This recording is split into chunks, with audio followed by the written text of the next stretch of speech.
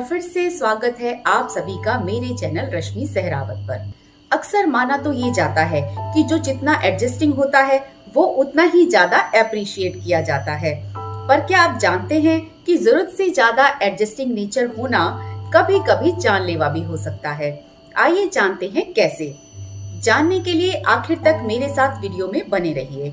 जीवन में हमेशा एडजस्टिंग होना कभी कभी बेस्ट डिसीजन नहीं होता। हमें अक्सर अपने रिश्तों को निभाने और बैलेंस करने के चक्कर में एडजस्टिंग होना ही पड़ता है। और एडजस्टिंग लोगों की बड़ी तारीफें भी होती हैं कि वो बड़े निभाने वाले हैं। लोगों को बड़ी अच्छी क्वालिटी लगती है एडजस्टिंग होना, और लोग भी बड़ा प्राउड फील करते हैं जब वो कहते हैं कि मैं बड़ा एडजस्टिंग हूँ। वैसे ये लाइफ को इजीली चलाने में बहुत जरूरी भी है, पर लोग ये नहीं जानते कि कितना एडजस्टिंग होना है और कब तक होना है। आपने बॉइल्ड फ्रॉग सिंड्रोम के बारे में तो सुना ही होगा। फ्रॉग में ये खास हुनर होता है कि वो अपनी बॉडी के टेम्परेचर को एनवायरनमेंट के टेम्परेचर के साथ ढाल सकता है। गर्म पानी के साथ गर्म और ठंडे पानी के साथ ठंडा अपनी बॉडी को एडजस्ट कर लेता है। अगर फ्रॉग को गर्म पानी में डाल दें और फिर उस पानी का टेम्परेचर को धीरे धीरे बढ़ाया जाए तो फ्रॉग, जो कि बाय एडजस्ट कर सकता है, वो एडजस्ट करना शुरू कर देता है। और जब पानी धीरे धीरे उबलना शुरू कर देता है तो वो तब भी एडजस्ट करता ही रहता है। इवेंचुअली जब पानी बहुत ज्यादा गर्म हो जाता है तब फ्रॉग में एनर्जी ही नहीं बचती जंप करके बाहर आने की, और अंत में फ्रॉग मर जाता है। तो आपको क्या लगता है, फ्रॉग को किसने मारा? जबकि उसे तो एडजस्ट करना आता था। क्या उसे गर्म पानी ने मारा या फिर उसने जो उस पानी को उबाल रहा था? दोनों में से किसी ने नहीं। फ्रॉग को मारा उसके गलत डिसीजन ने। वो डिसीजन ही नहीं ले पाया when to jump out of the water. It's obvious, अगर पानी लगातार अपना टेम्परेचर बढ़ा रहा है और जानते हैं कि बढ़ता ही जा रहा है, रुक ही नहीं रहा गर्म होने से, तो इमीडिएटली जंप करना है। उसमें बैठे बैठे मर थोड़ी न जाना है। ऐसा ही होता है इंसान के जीवन में, बहुत एब्यूसिव, हॉरिबल, नेगेटिव रिलेशनशिप्स में या खराब एनवायरनमेंट में काम करने से। आपको उतना ही एडजस्ट करना होता है कि जिससे कि आप अपनी बेस्ट आउटपुट दे सकें, चाहे वो रिलेशनशिप हो या फिर वर्क प्लेस। पर आपको ये भी पता होना चाहिए कि आपको उस रिलेशन या सिचुएशन से बाहर कब आना चाहिए। Time matters. It's all about your decisions in life, जिससे आप फ्रॉग की तरह मर न जाओ। जिसमें मरना सिर्फ बॉडी को ही नहीं होता, मरते हैं आपके विचार, आपकी इच्छाएं और आपका positive attitude. You know, sometimes it's actually too late to come out. बहुत ज्यादा मिजरेबल नेगेटिव सिचुएशंस या रिलेशंस में आप क्या एडजस्ट करेंगे और कितना एडजस्ट करेंगे? जैसे अगर आप एक आयरन रॉड को रोज आग में तपाएं तो 2-4 साल में वो भी खत्म हो जाएगी। तो फिर इंसान तो जो और भी ज्यादा इमोशनली वीक होता है, तो वो कैसे बच सकता है? सोचिए, अगर एडजस्ट करते करते खुद ही फिनिश हो गए तो फिर कौन एडजस्ट करेगा? एडजस्ट करना मतलब सहन करना, और आखिर बुराई ही क्या है सहन करने में? ईश्वर भी हमें गलत बात सहन करने के लिए नहीं कहते, और अगर आप गलत बात सहन कर रहे होते हो तो खुद आप अपने लिए ही खतरा मोल ले लेते हो और अपने खुद के साथ भी अन्याय कर रहे होते हो। इतना ही नहीं, बल्कि आप एक रॉन्ग एग्जाम्पल सेट कर रहे होते हो। क्या आपकी आत्मा की जिम्मेदारी आपकी नहीं?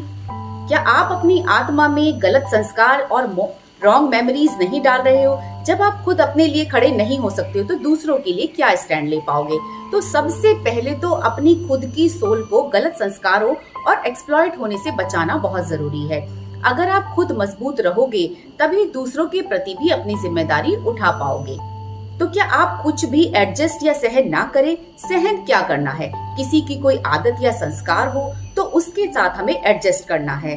जैसे कि हो सकता है कि आपके किसी फैमिली मेंबर या दोस्त को ज्यादा सोने की आदत हो, या कराटे लेने की आदत हो, ज्यादा बोलने की आदत हो, या कुछ बातों में आपसे अलग विचार रखते हो।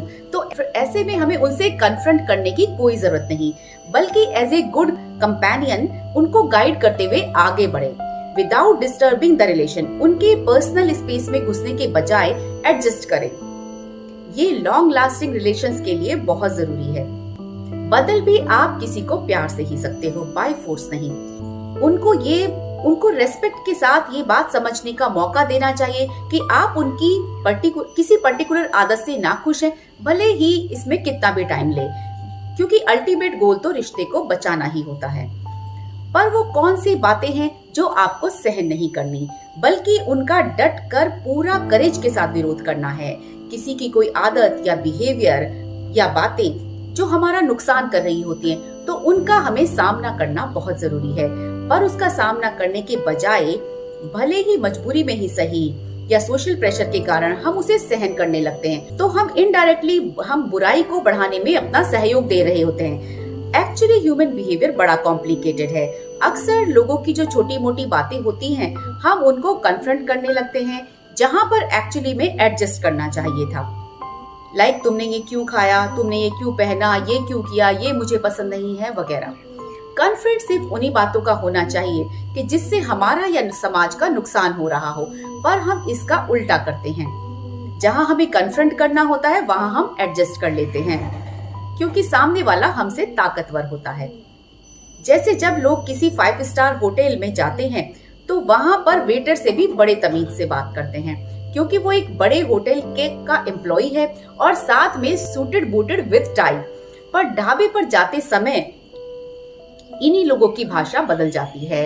वहां पर काम करने वाले गरीब लड़के को पप्पू या छोटू कहकर बुलाने लगते हैं। दोनों के बीच में एक बड़ी थिन लाइन होती है, जहां पर हमें बहुत ज्यादा करेज की जरूरत पड़ती है।